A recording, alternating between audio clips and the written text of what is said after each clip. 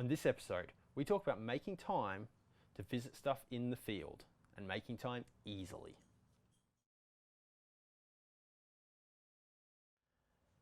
Hey everyone, and welcome back to Ideanthro. Now on the last episode, we talked about the power of getting out on site and learning by learning by observing. Learning by getting out there and just looking at things, all things water sensitive urban design, because you can start to notice patterns and connections and to learn from those. And while I was making that last video, I decided that I was going to make 2 more subsequent follow-up videos. And this is the first of those follow-ups. And this one is about how do we create opportunities for ourselves to get out there and to go and visit systems easily. Because I get that it takes time, right? To go out on site and to spend time looking at this stuff takes time away from our busy schedules. So how do we make opportunities to go and do that? Well, I'm going to tell you a little bit of a story about when I first joined the industry. So I started in this stormwater space straight out of university, and I got like a final year placement, kind of my it's kind of work experience. Okay, Griffith University has their IAP program, Industrial Affiliates program, where final year engineering students get a placement with an organisation. In my case it was council, but it could be in the private sector, to do a 14-week project with that organisation. Well, I got a placement with Logan City Council to go out and find all their stormwater treatment assets and to map them. And that in itself was a great opportunity to get out on site and to learn stuff, right? Because I pretty much got given carte blanche to, once we located all the systems, to a rather tedious desktop search, I then had the opportunity to go out and look at all of them. But it wasn't that. It's not that I want to talk about. I'm not just saying to you, well, just get yourself the rights to go and look at all your systems. No, it's what came next that allowed me to keep looking at systems regularly and in a reasonably time efficient manner, which I think is what helped me to learn about a whole bunch of this stuff. And so we've got a map here, and I want to demonstrate this to you on Google Maps. So Logan Central is highlighted in the middle. So this is where the Logan City Council offices are. They're pretty much roughly there. And I lived somewhere out of shot up this way.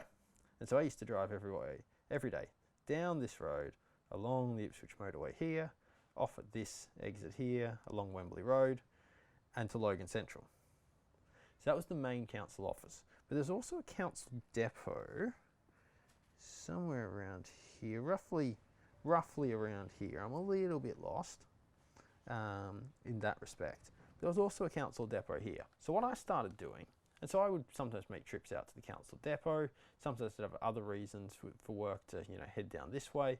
So what I started doing was building in trips to our stormwater treatment systems, or building in stops at our stormwater treatment systems off the back of other trips.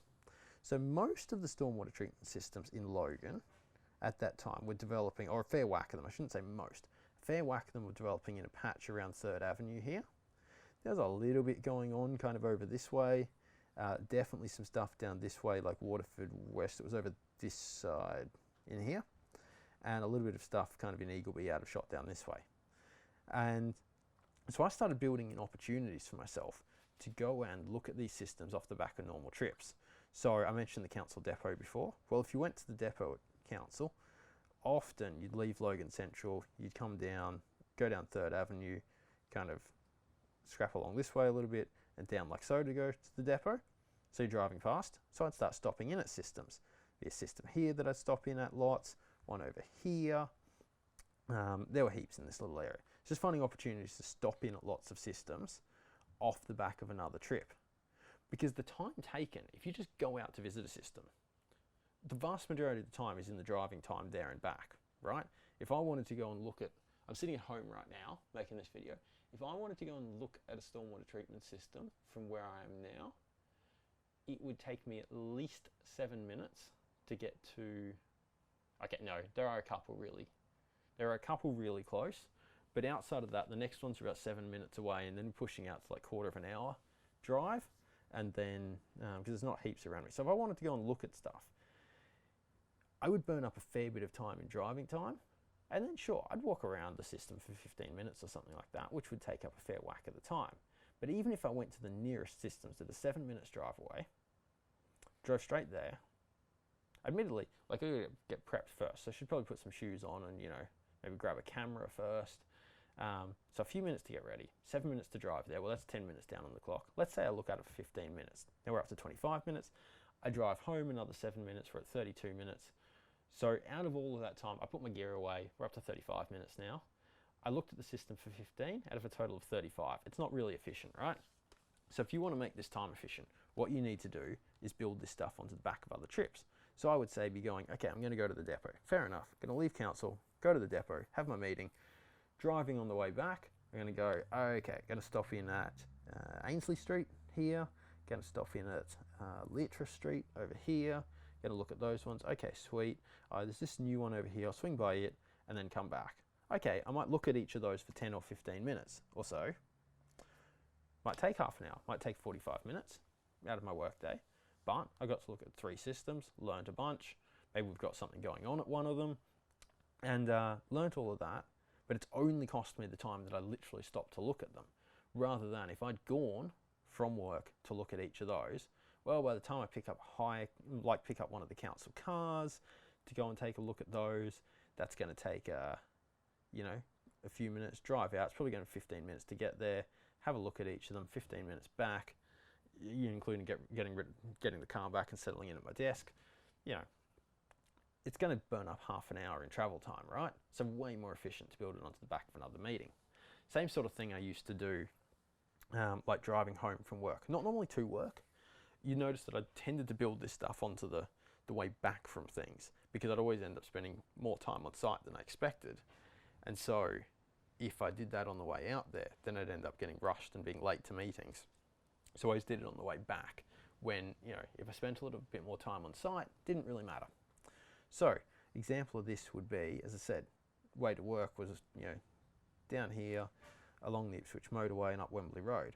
Well, I happen to know, even though this wasn't in Logan, there were a bunch of stormwater treatment stuff happening in Parkinson sort of area. So, I often used to, I say often, on more than a few occasions, and noting I only worked at Logan for 2 years, so more than a few occasions is actually quite regularly, I came down Wembley Road, ducked along this street, the name of which has, you know, skipped my mind, and came down into Parkinson, looked at some stuff in here on my way home, just jumped back onto Bow Desert Road, back onto the Ipswich motorway, and back home. Wasn't a long way out of my way, but I got to look at some stuff, I got to learn. And that's how we build this in to our schedule. That's how you make the opportunity to go and look at this stuff when you don't think you have the opportunity. So let's go. Let's see if I can do this. Let's see just how many stormwater treatment systems I know about in Brisbane. So let's skip out here. Let's assume.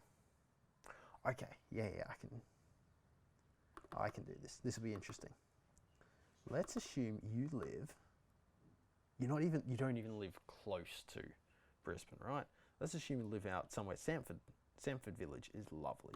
Let's assume you live out this way and you want to learn about this stuff. So I'm going to assume that you live somewhere out near this sign that says Yugar. How are you? Yeah, I know a few people who live out at Yugar actually, this sort of way, and work back in around the city. So they commute in relatively regularly. How would I do this? If I wanted to learn about this stuff, how would I do this? Well, I would pick a few systems and visit them regularly. Now I happen to know there's a couple of systems just around where this 22 is here, so that's really easy. Swing by those regularly. So let's assuming, I'm modelling this idea of someone that I know lives out this sort of way, catches a train in from Ferny Grove quite regularly, into the city here, over here. So they drive, regularly from Yugar to Ferny Grove Station, then catch a train in. So how would I find a way so they could regularly look at, 3 or 4 stormwater management systems?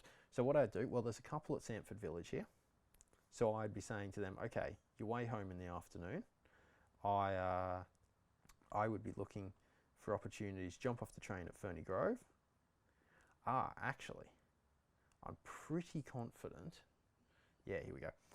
Can you tell that I'm making this up on the spot? Like, I really wanted to challenge myself and see whether I could make this work. I'm pretty confident there was a development where the old wool shed was, which I think is about here. Okay, so I'll be saying to this person, in the morning, drive from your home to Ferny Grove, drop off the train, go to work, that's all sweet. Way home in the afternoon, you're going to need to walk to one of the city train stations. Well, let's say you normally walk to Central. Well, I happen to know that there are some funky self-watering street trees that Brisbane City Council, I'll do a video about those in the future, by the way, some funky self-watering street trees that Brisbane City Council has built just near Roma Street Station. That's the next station over, and they're city stops, they're pretty close. I don't want you to walk to, I don't want you to walk to Central. I want you to walk to Roma Street. It's only going to take a couple of minutes longer, but you can swing by these self-watering street trees. Yeah, some of the time. You don't have to do this every day. Do this like once every 3 weeks or something, right? It's not a huge imposition. I want you to go and look at those self-watering street trees, see what you can find, just observe them, poke around, scratch the surface, pretend you're a chicken, pull back the mulch, put the mulch back again. That's not very chicken-like. You know, have a look at these systems, then jump on the train at Rome Street, catch the train to Ferny Grove, then every now and again once every 3 weeks or something, yeah, more regularly if it rains. If it's raining one afternoon, go have a look. I want you to drive down into the wool shed. I'm assuming there's a stormwater treatment system in there. I want you to poke around in that. And then as you're swinging home, going back through Sanford Village, it's a lovely spot. You're feeling really good because the whole area is just beautiful. When you stop in at these, this kind of sports field where there's a couple of fire retention systems in the car park, have a bit of a look around in those and then head home. Do that once every like 3 weeks. Really not an imposition. But once every 3 weeks, you'll be amazed what you can learn. You can do the same sort of thing anywhere else. I'm sure I'll do this one much quicker. You live at, doesn't matter where you live, but you work at Nunda. Again, I'm modeling off this off people that I know, right? You are, shout out to Matt at Stage 6 Health and Fitness, who owns a gym at Nunda. He's the one I'm thinking of here, works at Nunda. He owns a gym at Nunda. It's really cool. Let's say if Matt wanted to learn more about some bioretention systems, well, I happen to know that just around the corner from his gym, there's one in a car park. It's kind of near the train station there, kind of between the train station and the supermarket. I can't remember whether it's a Coles or a Woolies, but anyway, there's one in a car park there. Easy job for Matt. If you want to, learn more about this stuff, there's one right around the corner. Just every few weeks, swing by, have a look. On your way past, it's not a problem. You can just pull it. It's right in the car park. You can park right next to it. You probably don't even need to get out of your car every time, right? Although you should, in order to get in amongst it and have a look. But you get the idea with what I'm getting at here, right? It's super simple. You just build it into trips that you are already making. Okay, sweet. That's it for this video. This was the first of the 2 kind of additional videos I mentioned that I'm going to make. The next one, obviously, coming right up. The next one is about how you can start to build a photo library. So you're getting out there, you're getting in amongst it really regularly, you're visiting all of these systems. You're going to start and build a photo library so that you can then look back at these systems. You can look back at, say, I was saying you were going to visit every 3 weeks. So at the end of a year, 52 divided by 3 is what, about 15 and a bit, 16, 17? 17. You're going to be in there 17 times. So you can look back, you've got this photo record, you can look back and see what's changed over that time. Because in my opinion, the human, we as people, we're not super good at just turning up and picking up changes between things until we have like 2 to compare side by side. So I'll go into that into the next video. I'm getting off on a tangent. I'm almost about to make the video now. You know how I can go off on tangents when I'm making these things. So let's leave it there. It's going to be a video about how you start to build a photo record about this stuff. Sweet, that's it for now. Thanks for tuning in to this episode of Ideanthro. Of course, if you've got any questions, if you want to know more, by all means hit us up. You can find us online at www.ideanthro.com. You can find us at facebook.com/ideanthro, and you can find us on Instagram and YouTube. I almost said Institutube and Ugram.